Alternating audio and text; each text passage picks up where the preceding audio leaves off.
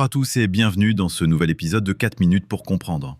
Bonjour à tous. Alors, cette semaine encore, Wall Street a joué avec nos nerfs. D'un côté, une pluie de records, le Nasdaq qui n'en finit plus de grimper. De l'autre, une tension palpable, comme un orage qui menace. C'est exactement ça. On a eu une semaine en 2 temps. Jusqu'à jeudi, c'était l'euphorie. Le Nasdaq a enchaîné 4 records de clôture d'affilée pour finir la semaine autour des 20 900 points. Le S&P 500 a lui aussi touché de nouveaux sommets historiques. La raison ? Une économie américaine qui semble défier les pronostics. Oui, les chiffres publiés cette semaine étaient solides, voire carrément bons. Les ventes au détail en juin ont progressé, tirées par la consommation des ménages. Et sur le front de l'emploi, les inscriptions hebdomadaires au chômage sont ressorties bien meilleures qu'attendues. C'est l'image rassurante d'un consommateur américain qui continue de dépenser et de soutenir l'économie. Pour les marchés, c'est le signal que le scénario de la récession s'éloigne. Mais alors Guillaume, si tout va si bien, pourquoi cette fin de semaine sur la pointe des pieds ? Vendredi, on a senti un vrai coup de frein, des prises de bénéfices. Le Dow Jones a même reculé de 0,32%.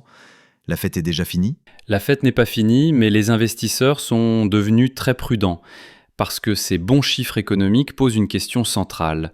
Que va faire la Réserve fédérale, la Fed ? Toute la semaine a été rythmée par ce dilemme. Un gouverneur de la Fed, Christopher Waller, a répété qu'il valait mieux baisser les taux plutôt trop tôt que trop tard. Mais en parallèle, l'inflation côté consommateur, publiée mardi, a encore accéléré pour le 2e mois de suite, à 2,7% sur un an. Ce qui, logiquement, réduit la marge de manœuvre de la Fed pour baisser ses taux. C'est un vrai casse-tête. D'ailleurs, les marchés qui anticipaient largement une baisse de taux en septembre sont désormais beaucoup plus partagés. Et pour ne rien arranger, Donald Trump continue de mettre la pression sur Jérôme Powell, le patron de la Fed. C'est la grande saga de la semaine. Cette incertitude sur la politique monétaire américaine a éclipsé beaucoup de choses, y compris du côté des entreprises. Et là aussi, on a eu des fortunes diverses. Netflix, par exemple, a publié un bénéfice en hausse de 45%, ce qui est énorme, et pourtant le titre a chuté de plus de 5%.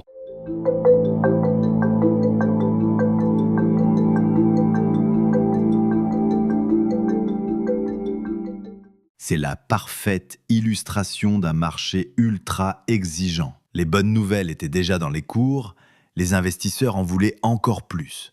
À l'inverse, on a vu des envolées spectaculaires, comme le constructeur de véhicules électriques Lucid, qui a bondi de 36% après l'annonce d'un projet de flotte de robotaxi avec Uber. C'est un marché qui ne pardonne aucune déception, mais qui sait aussi récompenser les promesses d'avenir. Et pendant que Wall Street faisait son yo-yo, l'Europe, elle, restait très attentiste. Les bourses du vieux continent ont terminé la semaine sans élan, focalisées sur 2 choses, la Fed, bien sûr, et les tensions commerciales.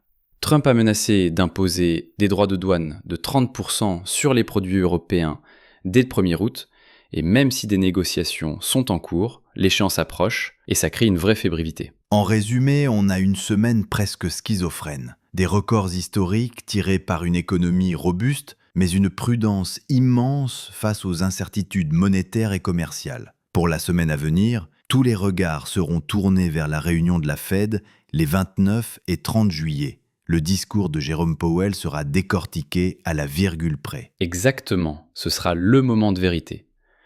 On surveillera aussi la suite de la saison des résultats d'entreprise, avec des gérants comme Coca-Cola ou Tesla qui doivent se dévoiler.